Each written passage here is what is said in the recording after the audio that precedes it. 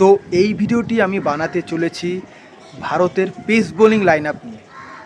তো জাসপ্রীত বুমরা এই নাম তো তোমরা সবাই শুনেছো, তোমরা এখনও সারা বিশ্ববাসী জানে জাসপ্রীত বুমরার নাম। তো ভারতের জাসপ্রীত বুমরার পর সেই লেভেলের আর কোনো বোলার এখনও পর্যন্ত উঠে আসেনি ইন্ডিয়ার টিমে। তো এটা খুবই চিন্তার বিষয়। কিন্তু শোনা যাচ্ছে বর্তমানে জাসপ্রীত বুমরার মতনই আরেকজন বোলারের আবির্ভাব হয়েছে ভারতীয় দলে, মানে ভারতের রাজ্যের দলে, আর সেটা হলো জম্মু কাশ্মীর। তো এই যে কিছুদিন আগে রঞ্জি ট্রফি গেল, সেই রঞ্জি ট্রফিতে জম্মু কাশ্মীরের একজন পেসার নাম আকিব নবী, এই নামটা হয়তো তোমরা শুনেছো। কিছুদিন আগে আইপিএলের নিলামে দিল্লি ক্যাপিটালস যাকে তাদের নিজের দলে ভিড়িয়েছে। তো এই আকিব নবী দুর্দান্ত ফর্মে রয়েছে এবং তিনি বর্তমানে জাসপ্রীত বুমরার মতনই বল করছে। লাইন লেন্থ জাস্ট অসাধারণ, এবং তার এই বোলিং দেখে বর্তমানে ভারতের অনেক প্রাক্তন ক্রিকেটার, ক্যাপ্টেন থেকে শুরু করে অনেক নামজাদা ভারতীয় খেলোয়াড়রা এই বোলারটিকে ভারতীয় দলে অন্তর্ভুক্ত করতে চাইছেন।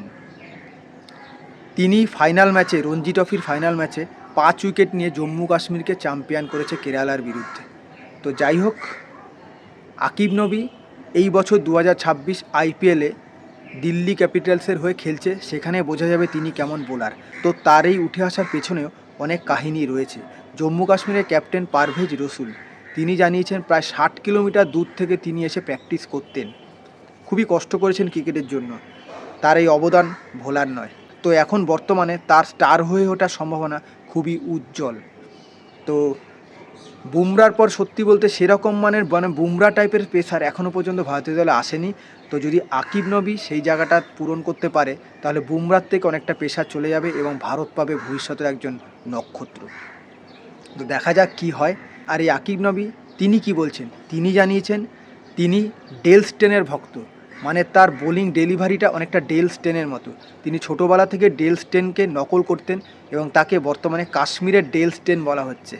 তো দেখা যাক ডেল স্টেনের মতো যদি তিনি বোলিং করতে পারেন, তাহলে তো ভারতের উপরই পাওনা ডেল স্টেন আর জাসপ্রীত বুমরা। তো তাই বলা হচ্ছে যে জাসপ্রীত বুমরার বদলে তারই মতন একজন বোলার ভারত পেতে চলেছে। তো এই নক্ষত্রটিকে যদি ঠিকমতো ঘষা মাজা করে ঠিকঠাক জায়গায় খেলানো যায়, তাহলে ভারতীয় দল ভবিষ্যতে উপকৃত হতে চলেছে। আর এই আকিব নবীর ব্যাটের হাতটাও মন্দ নয়, মানে লোয়ার ডাউনে এসে 4-6 আরামসে মেরে দিতে পারে, মানে ব্যাটও ভালো করতে পারে, বল তো ভালো করে, মানে একজন অলরাউন্ডার হিসাবেই তিনি খেলতে চলেছেন। তো আর বেশি দিন হয়তো বাকি নেই, এই বোলারটাকে তোমরা ভারতীয় দলে দেখতে পাবে। তো কোন কোন বন্ধুরা এই আকিব নবীকে ভারতীয় দলে দেখতে চাও, কমেন্ট করে অবশ্যই জানিও। তো এখানে ভিডিওটা শেষ করলাম। এরকম আরও ভিডিও পাওয়ার জন্য আমার চ্যানেলটিকে সাবস্ক্রাইব করে আমার পাশে থেকো। ধন্যবাদ।